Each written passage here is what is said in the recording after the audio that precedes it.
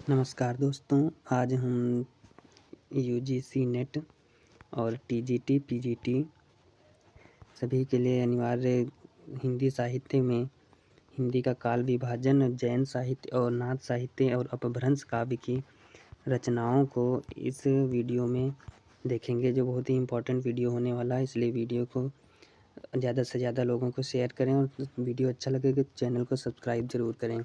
इस वीडियो की पीडीएफ आपको टेलीग्राम ग्रुप पर मिल जाएगी। हमारा टेलीग्राम ग्रुप का नाम है टारगेट यूजीसी नेट। इस तरह से आप सर्च करेंगे तो आपको वीडियो का लिंक मिल जाएगा। चलिए स्टार्ट करते हैं वीडियो अपना। जॉर्ज ग्रियर्सन का काल विभाजन एवं नामकरण। जॉर्ज ग्रियर्सन ने पिछले वीडियो में हम पढ़ चुके हैं। इन्होंने 11 भागों में काल विभाजन किया है। उन 11 के 11 को हम इस वीडियो में देखेंगे। इनका पहला काल विभाजन है चारण काल, जिसका समय इन्होंने 700 से 1300 ईस्वी माना है। और दूसरा इनका है 15वीं सदी का धार्मिक पुनर्जागरण। उसके बाद तीसरा हम देखेंगे मलिक मोहम्मद जायसी का प्रेम काव्य। चौथा ब्रज का कृष्ण काव्य सन 1500 से 1600 ईस्वी इसका समय इन्होंने माना है। नंबर 5 पर आता है मुगल दरबार। उसके बाद हम देखेंगे नंबर 6 पर इनका काल विभाजन आता है तुलसीदास। 7 पर आता है रीति काव्य सन, जिसका समय 1580 से 1692 ईस्वी इन्होंने माना है। उसके बाद नंबर 8 पर आता है तुलसीदास के अन्य परवर्ती, जिसका सन इन्होंने 1600 से 1700 ईस्वी माना है। उसके बाद हम देखेंगे नंबर 9 18वीं शताब्दी सन 1700 से 1800 ईस्वी। कंपनी के शासन में हिंदुस्तान सन 1800 से 1857 ईस्वी। और नंबर 11 आखिरी इनका है विक्टोरिया के शासन में हिंदुस्तान, जिसका समय इन्होंने 1857 से 1887 ईस्वी माना है। इस तरह ग्रियर्सन का काल विभाजन 11 खंडों में हमने देख लिया। इसके बाद हम देखेंगे हमारे अगले विद्वान का जिन्होंने काल विभाजन किया है। इसमें आते हैं सबसे पहले इनके बाद मिश्र बंधु, जिन्होंने मिश्र बंधु विनोद लिखा, जिसका हम जिक्र पिछले वीडियो में कर चुके हैं। अगर वीडियो नहीं देखा हो तो उस वीडियो को ज़रूर देख लें। इन्होंने काल विभाजन किया। इन्होंने सबसे पहले कहा प्रारंभिक काल, इसके बाद इसको उन्होंने 2 पार्ट में बांटा प्रारंभिक काल को। पहला इन्होंने कहा पूर्व प्रारंभिक काल, जिसका समय 700 से 1343 विक्रम माना। और उसके बाद उत्तर आरंभिक काल दूसरे को कहा, और जिसका समय इन्होंने 1344 से 1444 ईस्वी माना। प्रारंभिक काल के बाद इन्होंने एक भाग बांटा माध्यमिक काल। इसमें पूर्व माध्यमिक काल का समय इन्होंने 1445 से 1560 विक्रम बताया, जिसको प्रौढ़ माध्यमिक काल दूसरा कहा, और जिसका समय इन्होंने 1561 से 1680 विक्रम बताया। तीसरा इन्होंने काल विभाजन का नाम रखा अलंकृत काल। अलंकृत काल के बाद इन्होंने परिवर्तन काल, फिर कहा 5 नंबर पर वर्तमान काल। पूर्वालंकृत काल, वर्तमान काल को बांटा 2 भागों में, पूर्वालंकृत काल और उत्तरालंकृत काल। पूर्वालंकृत काल का समय इन्होंने मांगना 1681 से लेकर 1790, और उत्तरालंकृत काल का समय इन्होंने माना 1791 से 1889 विक्रम। इस तरह मिश्र बंधु का काल विभाजन पूरा होता है। इसके बाद हम अगले राइटर का देखेंगे। इन्होंने 1890 से 1925 तक उसका समय माना था उत्तर का प्रारंभिक का, और उत्तर का उन्होंने 1926 से अब तक माना था। इसके बाद आते हैं आचार्य रामचंद्र शुक्ल का काल विभाजन, जो सबसे प्रमाणित और महत्वपूर्ण माना जाता है। इसका सबसे प्रमाणित इनका काल विभाजन माना जाता है। इसको हम विस्तार से पढ़ेंगे। इन्होंने वीर गाथा काल को आदिकाल को इन्होंने वीर गाथा काल कहा। उल्टा हमने सॉरी दोस्तों बोल दिया। आचार्य रामचंद्र शुक्ल ने आदिकाल को वीर गाथा काल कहा, और इसका समय संमत 1057 से 1375 विक्रमी माना। फिर इन्होंने भक्ति काल कहा, जिसका पूर्व मध्यकाल को इन्होंने भक्ति काल कहा, और इसका समय इन्होंने 1375 संमत से 1700 विक्रमी तक संमत तक इन्होंने माना। फिर उत्तर मध्यकाल को इन्होंने रीतिकाल कहा, और रीतिकाल को का समय इन्होंने 1700 से 1900 विक्रमी संवत माना रामचंद्र शुक्ल ने। इसके बाद देखेंगे इन्होंने गद्य काल यानी कि आधुनिक काल को रामचंद्र शुक्ल ने गद्य काल कहा, और इसका समय इन्होंने संवत 1900 से लेकर के 1984 विक्रमी तक माना है। इसी क्रम में डॉक्टर राम कुमार वर्मा का काल विभाजन आता है। इन्होंने सबसे पहले प्रारंभिक काल को 2 भागों में बांटा। इसके 2 भाग कौन है, एक कहा संधि काल, दूसरा कहा चारण काल। संधि काल का समय इन्होंने 750 से लेकर के 1000 संवत विक्रमी तक माना, और चारण काल का समय संवत 1000 से लेकर के 1375 विक्रमी तक माना। फिर इन्होंने दूसरा काल विभाजन किया भक्ति काल, जिसका समय इन्होंने संवत 1375 से 1700 विक्रम माना। फिर तीसरा इन्होंने किया रीति काल। रीति काल का समय इन्होंने 1700 से 1900 विक्रम संवत माना। और आधुनिक काल का इन समय इन्होंने 1900 से अब तक इन्होंने आधुनिक काल का समय माना। इसी क्रम में आते हैं हमारे हजारी प्रसाद द्विवेदी जी। हजारी प्रसाद द्विवेदी जी का काल विभाजन एवं नामकरण अब हम देखेंगे। तो इन्होंने आदिकाल सबसे पहले यानी कि आदिकाल नाम किसी ने दिया, तो हजारी प्रसाद द्विवेदी ने आदिकाल नाम दिया। तो आदिकाल का समय इन्होंने संवत 1000 से लेकर 1350 विक्रम तक माना है। और भक्ति काल का समय 1350 से 1700 विक्रम संवत माना है। और रीति काल का समय 1700 से 1900 विक्रम संवत माना है हजारी प्रसाद द्विवेदी ने। और आधुनिक काल का समय संवत 1900 से अब तक HPD यानी कि हजारी प्रसाद द्विवेदी जी ने माना। इस तरह इन्होंने 4 भागों में डिवाइड बांटा है हिंदी साहित्य को। इसके बाद आते हैं डॉक्टर गणपति चंद्र गुप्त। इनका काल विभाजन और नामकरण हम देखेंगे। इन्होंने आदिकाल का समय 1184 से 1350 ईस्वी इन्होंने सन माना। इसके बाद हम देखेंगे दूसरा इनका पूर्व मध्यकाल, इसका समय 1350 से 1600 ईस्वी तक माना। इसके बाद आता है उत्तर मध्यकाल। उत्तर मध्यकाल का समय इन्होंने 1600 से 1857 ईस्वी तक माना। 1857 ईस्वी तक माना। इसके बाद हम देखेंगे आधुनिक काल। आधुनिक काल का समय इन्होंने 1857 से लेकर के अब तक माना है। इसी क्रम में हम देखेंगे अगले हमारे डॉक्टर नगेंद्र द्वारा संपादित ग्रंथ हिंदी साहित्य का इतिहास, जो डॉक्टर नगेंद्र ने लिखा, उसके अकॉर्डिंग उनका हम काल विभाजन और नामकरण देखेंगे। आदिकाल का समय इन्होंने 7वीं सदी के मध्य से लेकर के 14वीं सदी के मध्य तक माना है। यानी कि 7वीं से लेकर के 14वीं सदी के मध्य तक इन्होंने आदिकाल का समय माना है। और भक्ति काल का समय इन्होंने 14वीं से लेकर के 17वीं सदी के मध्य तक भक्ति काल का समय माना है नगेंद्र जी ने। इसके बाद हम देखेंगे रीतिकाल। रीतिकाल का समय इन्होंने 17वीं सदी से लेकर के 19वीं सदी के मध्य तक माना। और आधुनिक काल का समय 19वीं सदी से लेकर के 19वीं सदी के मध्य से अब तक इन्होंने आधुनिक काल का समय माना है। इसके बाद इन्होंने कहा आधुनिक काल को भी भागों में डिवाइड किया, जिसमें पहला है पुनर्जागरण काल, जिसको भारतेंदु युग के नाम से जाना जाता है। इसका समय 1857 से लेकर के 1900 तक माना है। इसके बाद हम देखेंगे जागरण काल। ये गद्य काल के भाग हैं। इन्होंने जो आधुनिक काल किया था उसी के अंतर्गत ये भाग हम पढ़ रहे हैं। तो दूसरा इनका है जागरण या सुधार काल, जिसको द्विवेदी युग के नाम से भी जाना जाता है। द्विवेदी युग को जागरण व सुधार काल कहा। और इसका समय 1900 से लेकर के 1918 ईस्वी तक माना जाता है। इसके बाद आता है छायावाद युग। 1918 से लेकर के 1938 तक छायावाद का युग माना जाता है, माना इन्होंने। फिर इनके बाद छायावादोत्तर युग, यानी कि छायावाद के बाद का समय छायावादोत्तर काल के नाम से जाना जाता है। इसी क्रम में इन्होंने कहा प्रगति प्रयोग काल का समय 1938 से 1953 ईस्वी माना। और नवलेखन काल का समय 1953 से लेकर के आज तक का जो समय है वो नवलेखन काल के अंतर्गत आता है, इन्होंने बताया अपनी बुक में। इसके बाद हम देखेंगे डॉक्टर राम स्वरूप चतुर्वेदी का काल विभाजन एवं नामकरण। चतुर्वेदी जी अपने इतिहास ग्रंथ में आचार्य शुक्ल के काल विभाजन की स्वीकारोक्ति कुछ संशोधन के साथ इस प्रकार करते हैं। यानी कि जो रामचंद्र शुक्ल ने जो काल विभाजन किया था उसी के अनुसार इन्होंने किया, बट थोड़ा नामों में हेरफेर कर दिया है। उन्होंने वीर गाथा काल कहा था, उसको इन्होंने आदिकाल कह दिया। और इनका समय में थोड़ा अंतर हो गया। इन्होंने 1000 से 1350 ईस्वी में सन माना है। उन्होंने संवत में माना है, इन्होंने सन में माना है। फिर इन्होंने पूर्व मध्यकाल, जिसको रामचंद्र शुक्ल ने भक्ति काल कहा था, उसका नाम इन्होंने पूर्व मध्यकाल कहा। और इसका समय 1350 से लेकर 1650 ईस्वी तक माना है। इसके बाद हम देखेंगे उत्तर मध्यकाल को, यानी रीतिकाल, जिसको शुक्ल जी ने कहा था, उन्होंने रीतिकाल को उत्तर मध्यकाल कहा। और इसका समय 1650 से लेकर के 1850 ईस्वी माना है। फिर गद्यकाल, जिसको रामचंद्र शुक्ल जी ने कहा था, उनको इन्होंने आधुनिक काल कहा। और इसका समय 1850 से लेकर के अब तक माना है। डॉक्टर बच्चन सिंह का काल विभाजन अब हम देखेंगे।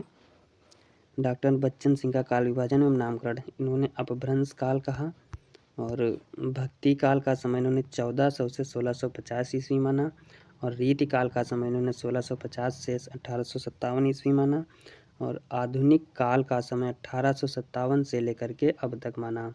इसके बाद हम देखेंगे कि आदिकाल को कौन से विद्वानों ने किस नाम से पुकारा है या किस नाम से कहा है आदिकाल को। इसको बहुत इंपॉर्टेंट ना, इसका क्वेश्चन जरूर परीक्षा में आता है। इस चीज़ को बहुत अच्छे से हम लोग समझेंगे। अगर आप लोगों को याद नहीं होता है तो कमेंट करके बताना, हम इसकी ट्रिक के साथ अगली वीडियो लेकर आएंगे और आपको याद कराने की गारंटी हमारी रहती है। याद ना हो तो वीडियो डिसलाइक कर देना, चैनल अनसब्सक्राइब कर देना अगर मैं ना करा पाऊँ। इसलिए आप लोग अगर अच्छा लगे तो लाइक और कमेंट जरूर करके बताइएगा, मैं याद करा दूंगा। चलिए देखते हैं कि आदिकाल का नामकरण एवं प्रस्तुत, यानी आदिकाल का नाम किसने क्या रखा और प्रस्तुतक किसने रखा। सबसे पहला हमारा आता है चारण काल। तो आदिकाल को चारण काल जॉर्ज ग्रियर्सन और F.E. के विद्वानों ने कहा है। और प्रारंभिक काल, आदिकाल को प्रारंभिक काल मिश्र बंधु और गणपति चंद्र गुप्त ने कहा है। बीज वपन काल महावीर प्रसाद द्विवेदी ने कहा। वीर गाथा काल रामचंद्र शुक्ल ने कहा। सिद्ध सामंत काल राहुल सांस्कृत्यायन ने कहा और वीर काल विश्वनाथ प्रसाद मिश्र ने कहा है। उसके बाद हम देखेंगे संधि काल एवं चारण काल राम कुमार वर्मा ने कहा है आदिकाल को और आदिकाल नाम हजारी प्रसाद द्विवेदी ने दिया है। जय काल रमा शंकर शुक्ल रसाल ने कहा है आदिकाल को। आधार काल, आदिकाल को आधार काल सुब्रमण्य राजे ने और मोहन अवस्थी ने कहा है। अपभ्रंश काल, आदिकाल को धीरेन्द्र वर्मा और बच्चन सिंह ने अपभ्रंश काल कहा है। उद्भव काल वासुदेव सिंह ने कहा है आदिकाल को। बाद में देखेंगे संक्रमण काल राम खिलावन पांडे ने आदिकाल को संक्रमण काल कहा है। इसके बाद हम देखेंगे हिंदी का प्रथम कवि किसने और किसको माना है। बहुत ही इंपॉर्टेंट क्वेश्चन है, ये बहुत ही ज़्यादा प्रश्न आते हैं इससे रिलेटेड, इसलिए ध्यानपूर्वक बने रहिएगा क्लास में और सीखते हुए चलिएगा। हिंदी का प्रथम कवि और प्रस्तोता, तो सबसे पहले हमारे आते हैं पुष्यदंत या पुंड। इनको हिंदी का प्रथम कवि शिव सिंह सेंगर मानते हैं। इसके बाद आते हैं शालिभद्र सूरी। शालिभद्र सूरी को गणपति चंद्रगुप्त हिंदी का प्रथम कवि मानते हैं। और स्वयंभू को हिंदी का पहला कवि राम कुमार वर्मा मानते हैं। और सरहपा को सबसे पहला कवि राहुल सांस्कृत्यायन जी मानते हैं। अब्दुल रहमान को पहला कवि हजारी प्रसाद द्विवेदी मानते हैं। और विद्यापति को डॉक्टर बच्चन सिंह मानते हैं। विद्यापति को डॉक्टर बच्चन सिंह हिंदी का पहला कवि मानते हैं।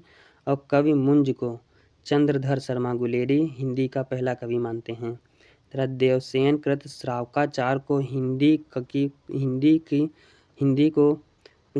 प्रथम रचना माना जाता है। यह भी बहुत ही इंपॉर्टेंट पॉइंट है कि देवसेन द्वारा रचित श्रावकाचार को हिंदी की प्रथम रचना माना जाता है। प्रश्न बन सकता है कि हिंदी की प्रथम रचना किसे माना जाता है, तो आप लोग याद रख सकते हैं श्रावकाचार को हिंदी की प्रथम रचना माना जाता है।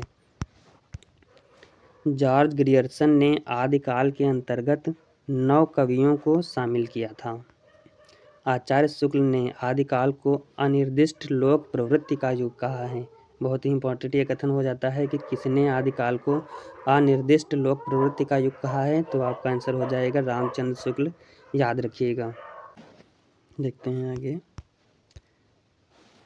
आचार्य हजारी प्रसाद द्विवेदी ने आदिकाल को अत्यधिक विरोधी और व्याघातों का युग घोषित किया है। जो बहुत इंपॉर्टेंट कथन है उनको हमने हाईलाइट कर दिया है PDF से। आप लोग इन कथनों को नोट कर लीजिएगा और याद कर लीजिएगा, बहुत इंपॉर्टेंट ये कथन है।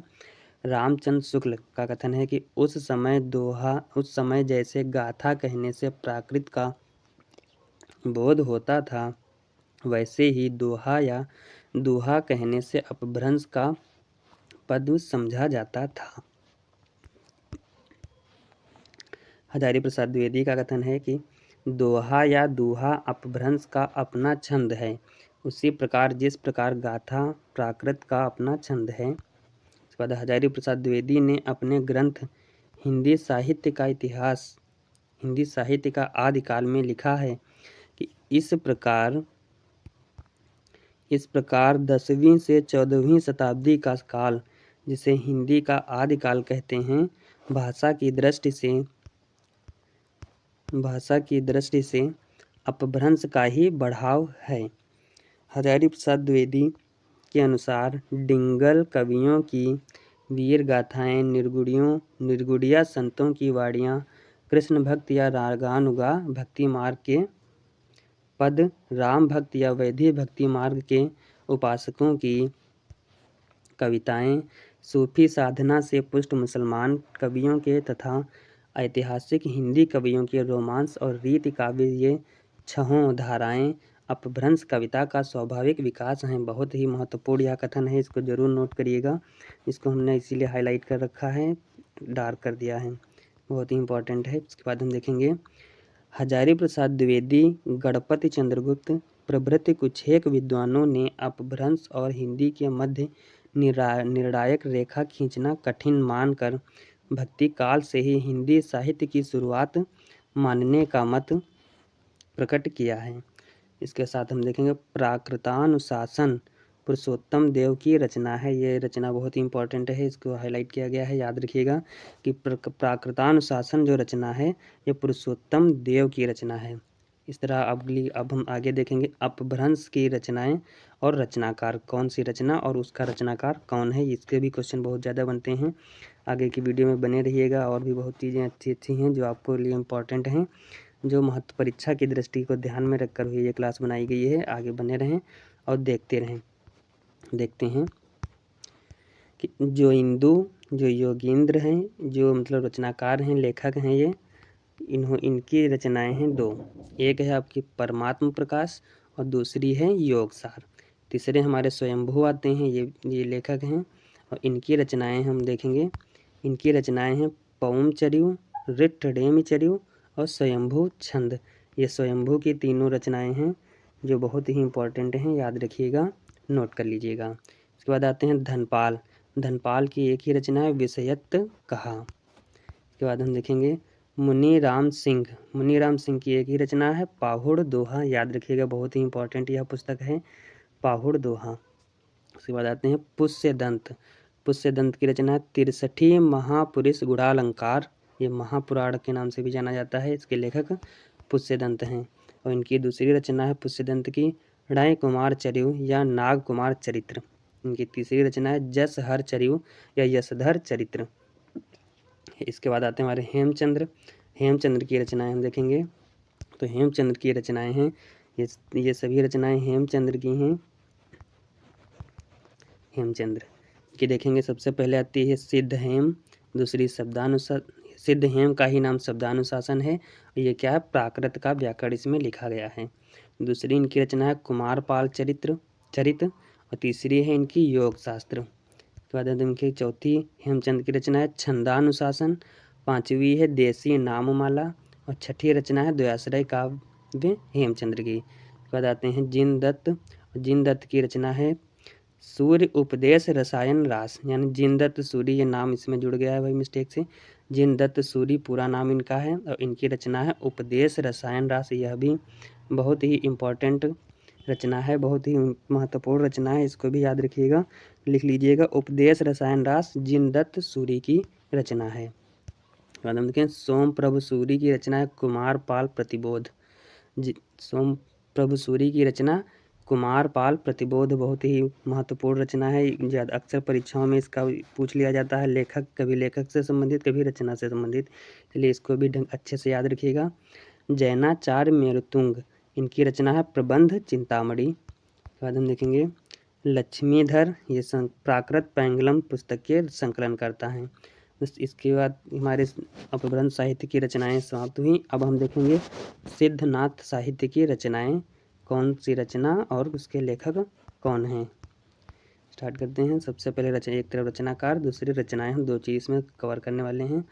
तो सरहपा, सबसे पहले कवि हमारे आते हैं सरहपा की रचना है दोहा कोश और दूसरी इनकी रचना है चर्या गीत। दोहा कोश और चर्या गीत सरहपा की रचना है। उसके बाद आते हैं सबरपा। सबरपा की रचना है सिर्फ चर्यापद। उसके बाद हम देखेंगे लुइपा। लुइपा की रचना है बुद्धोदय, अभिसमय और गीतिका। ये लुइपा की रचनाएं हैं। इसके बाद आते हैं डोम्भिपा। डोम्भिपा की रचनाएं हैं डोम्भि गीतिका, योगचर्या, अक्षर द्विकोपदेश।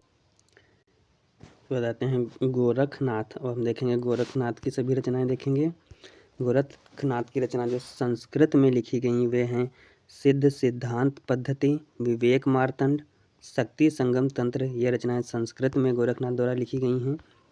और निरंजन पुराण, वैराट पुराण, गोरक्ष शतक, ये सब गोरखनाथ की रचनाएं लिखी हुई हैं और ये सभी रचनाएं संस्कृत में हैं।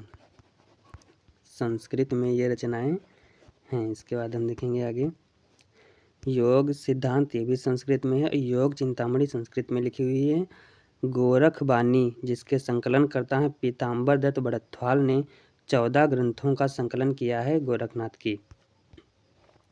बाद हम देखेंगे जैन साहित्य। अब हम देखेंगे जैन साहित्य की रचनाएं देखेंगे और उनके रचनाकार देखेंगे कि कौन सी रचना किसकी है। तो सबसे पहले जैन में हमारे आते हैं देवसेन। देवसेन की रचना है श्रावकाचार, जिसको हिंदी की प्रथम रचना माना जाता है। हम अभी पढ़कर आ चुके हैं, इसको याद रखिएगा। देवसेन की रचना कौन सी है?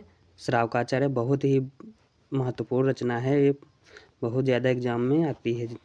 लगभग हर एक एग्जाम में इन सभी रचनाओं से एक ना एक प्रश्न जरूर आता है। और दूसरी रचना है इनकी बृहत नय चक्र, यानी कि दब्ब सहाव पयास, देवसेन की रचना है। तीसरी है सिर्फ नय चक्र, ये लघु नय चक्र के नाम से भी जानी जाती है। चौथी है दर्शनसार। ये देवसेन की रचनाएं हम देख रहे हैं। उसके बाद हम देखेंगे आराधना सार, तत्वासार, भाव संग्रह, सावयव धम्म दोहा, ये सभी देवसेन की रचनाएं हैं। इसके बाद हम देखेंगे शालिभद्र सूरी की रचनाएं देखेंगे। देखते हैं शालिभद्र सूरी की। तो सबसे पहले इनकी रचना है बुद्धिरास, जिसके शिष्य से भी संग्रह करता है। और दूसरी है इनकी भरतेश्वर बाहुबली रास।